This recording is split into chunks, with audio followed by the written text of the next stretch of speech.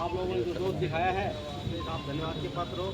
लेकिन ये संघर्ष जब तक जारी रहना चाहिए, जब तक इनको अरेस्ट नहीं किया जाता है। साथियों, हमारे काशी राम साहब ने कहा था जो कौम संघर्ष नहीं कर सकती वो कभी सत्ता नहीं प्राप्त कर सकती, वो गुलामी सहती है, उनकी बहन बेटी की शादी जो टूटी जाती है। आप उनके बच्चे को आप इसीलिए आप सब संघर्ष करना सीखो। संघर्ष नहीं करना सीखोगे आने वाली कौम आपकी गुलाम हो जाएंगी। ये जो नाम की आज़ादी आपको मिली थी, आज़ादी तो अभी मिली नहीं आप लोगों को पूर्ण रूप से, और उसको भी बचाने के लिए आपको संघर्ष करना है। और भाई सुभाष मेघवाल के साथ जो क्या हुई है इस हत्याकांड में, जब तक ये लोग अरेस्ट इसका पूरा अरेस्ट नहीं कर लेते हैं, उनको न्याय नहीं मिलती है, तब तक हम इस धरने को जारी रखेंगे। और उसलिए हमारा सहयोग आपका बहुत जरूरी है। इसके साथ में वाणी को विराम देता हूँ। जय हिंद, जय भारत। हमारी एकता जिंदाबाद, जिंदाबाद, जिंदाबाद। हमारी एकता जिंदाबाद, जिंदाबाद, जिंदाबाद। सुभाष मेघवाल को न्याय दो, न्याय दो, न्याय दो। सुभाष मेघवाल को न्याय दो, न्याय दो, न्याय दो। पुलिस प्रशासन होश में आओ, होश में आओ, होश में आओ। होश में आके काम करो, काम करो, काम करो। पुलिस प्रशासन होश में आओ, होश में आओ, होश में आओ। दलितों पे पीड़न बंद करो, बंद करो, बंद करो। दलितों पे अत्याचार बंद करो, बंद करो, बंद करो।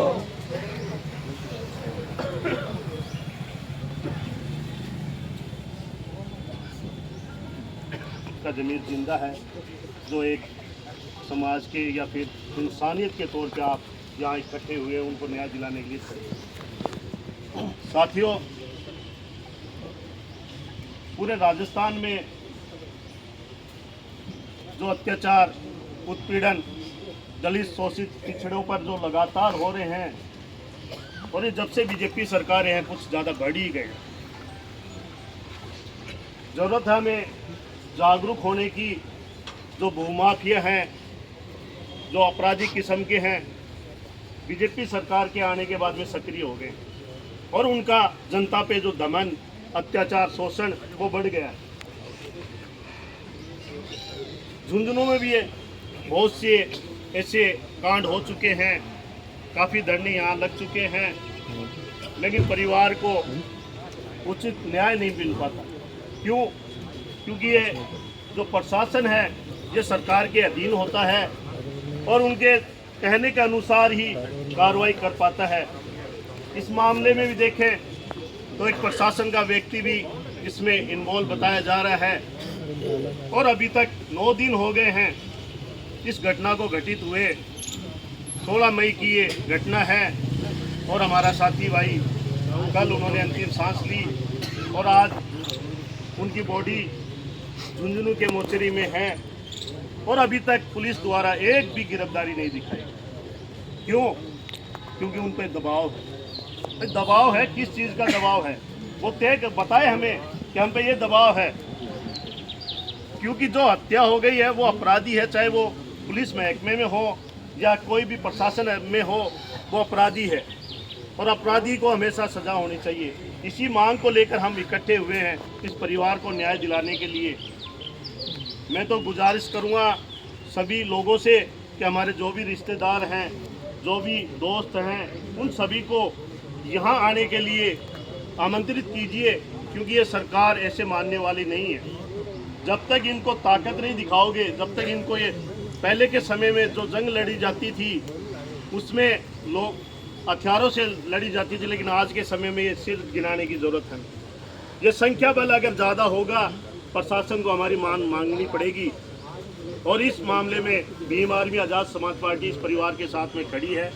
अभी तक तो ये आवाज़ यहाँ झुंझुनू के बीड़ीके तक है, लेकिन जल्द ही ये आवाज़ पूरे राजस्थान में भीम आर्मी और आज़ाद समाज पार्टी पूरा आंदोलन करेगी और भाई साहब चंद्रशेखर जी तक भी ये आवाज़ पहुँचाने की कोशिश की जाएगी और उनको भी जल्द आने के लिए यहाँ आमंत्रित करेंगे अगर प्रशासन हमारी मांग नहीं मानता है। प्रशासन कान खोल के सुन ले, क्योंकि ये संख्या बल है, ये जो लोग हैं इन्होंने अपना समय और अपना जो पैसा त्याग करके यहाँ भाई को न्याय दिलाने के लिए इकट्ठा हुए हैं। इनको कमज़ोर ना समझे, क्योंकि इनकी वजह से ही आपको सैलरी वगैरह मिलती है। जब तक आप इस न्याय पे बैठे हो तो सभी को न्याय मिलना चाहिए। और निवेदन करना चाहूँगा, हमारे बीच में पूर्व मंत्री जी भी हैं जो लगातार ऐसे मामलों को उठाते हैं। वो तो बाहर गालते ही ऐसा किया गालता ही रहे, कहते कह की गल है, कहते कह की गल है, जो चलते रहे मामलों। लेकिन हमारे भी जागरूक होने की अब जरूरत। सर जागरूक हो जाएगा जब कहीं बुढ़ा जी हो जाएगा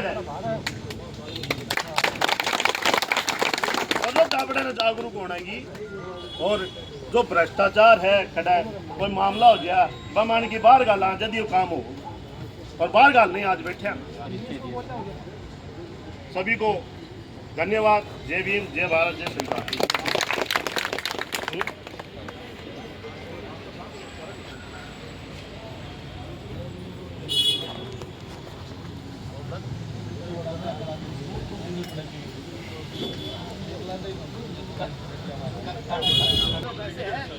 उन डायलॉगों का खंडन करना पड़ेगा।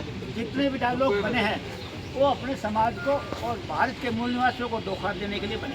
जितने भी डायलॉग बने, जैसे बोलते हैं 3-5 करने का, तो 3-5 करने का मतलब बहुत बड़ी बात है, ठीक है। कोई कहता है कि रोएगा तो जड़ा मुझ से खोदेगा, ये डायलॉग है।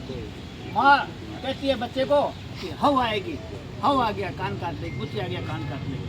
तो किसे कान काटा, हव आया किसी को खाया, रोएगा तो कभी न्याय मिला, मिला नहीं मिला। तो रोएगा नहीं, जब मजदूर जागेगा तो जरा मूल से खोएगा। रोने से कुछ नहीं मिलता, मजदूर जागेगा तो इनको जरा मूल से खोएगा, गारंटी इस बात की, गारंटी से बोलता हूँ मैं।